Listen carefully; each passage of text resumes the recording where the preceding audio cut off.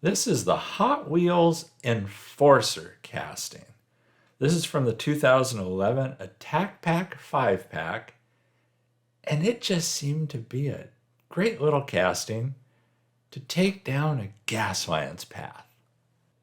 This one is in used condition, not abused, but used. Of course, on the original, there is a set of rockets that are supposed to be up above the cab.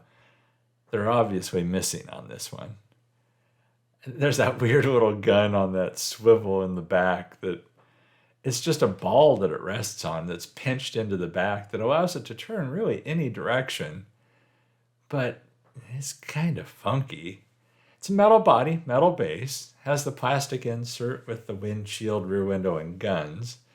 That little back piece that you see there that I was mentioning, that is obviously plastic. But it seemed like a nice little casting to kind of get back in the groove of doing things. It's been a little bit of time since I did my last custom. So I thought, well, this one should be fun and relatively easy. I'm not doing a whole heck of a lot to this. What's the old saying about dancing with the one that brung you? That's kind of what I'm doing on this casting. I'm not adding any 3D parts or anything like that to it. I'm sticking with those funky guns that are on there. I'm not adding rockets to the top to take the place of what was there originally. I'm really only swapping one thing out, and you'll see that later.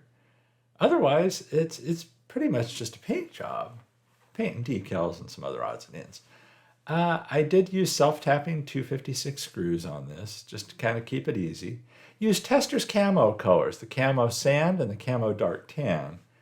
I hit the body completely, body and base, with the sand at first, as you see there. And then I shot the dark tan up from the bottom to give it just a dirt effect on the bottom. Just, nothing super outrageous. And here, there's metal panels over the side windows. I just wanted to give them a true metal patch look to it. And then I had a bunch of decals I wanted to throw on this, including, you see where I painted those side windows like they were metal panels, which they're made to look like. I put strips, basically just black stripes on there to make it look like window openings had been cut, just slits in the metal, so that the driver could see through. That was the thinking behind that. And then I just added a whole bunch of odds and ends of decals, different symbols and numbers. I even have, and I think I show this in this part of the video as well, I had a couple little tiny text groupings that I put on the sides by the doors. They're incredibly small. They look like they're readable. I can't see that small, and I didn't dig out a magnifying glass, but there you see me trying to get one of those on. The little decals sometimes are the toughest because they don't want to stick as easily. I did clear coat this. Even the camo colors are matte colors. I did put a clear coat on before doing the decals. And then once the decals were on, I hit that with a matte coat. Just to protect them and to even things out so that when you do stuff like this, here I'm hitting it with Nuln Oil. I hit a lot of this with Nuln Oil just to darken it a little. I also did that with the base. And there's something about the bottles of Nuln Oil. I haven't done this for a while, but way back when I started, really early on, it seemed like I couldn't use a bottle of Nuln Oil without knocking it over like I just did there. So this was almost a flashback for me. I was living at my old home as opposed to where I'm at now. I was living about 35 miles away when last time I knocked one of those over. I remember thinking at the time, it seemed like a rite of passage because a lot of people seem to be knocking bottles of Nuln Oil over. Here I'm using pencils, AK Interactive weathering pencils. I picked up a set of those, I don't know, 2 years ago? A while back. And I don't use them as often as I should. Really like the effect that they can give. And so here I'm using, when you see me reach off to the side with the pencils, what I'm doing up there is I'm dipping them in water. I find that it transfers a lot better when I hit them and dip them in water first. It softens the lead a little bit. The color then transfers better. And there is a muting effect when you put a clear coat over this, that the colors aren't as dense, basically, as when you put them down. At least that's what I've found with these. So I wanted them to be a little darker as I put them on. And I do, as you see me, like right there, I kind of smooth them out a little bit, even it out a little bit with my finger. Hot Wheels Real Riders Set 3. Yep, here's the change I make to the casting. I do a wheel swap, and I use 2 different types of wheels to get the sizes I wanted. I do pull the rubber off of them. I hit them with a matte black paint. If I remember right, it was Color Shot Black Tie Affair. And then if I remember that, I then put a clear matte coat over that before putting the rubber back on the wheels. And then what was nice is the axle lengths on these are perfect. There you see it after I hit them with the matte black. I've got the rubber back on, and here I'm just using the dusting powders. I believe the one I used, the one in the center there, is sand.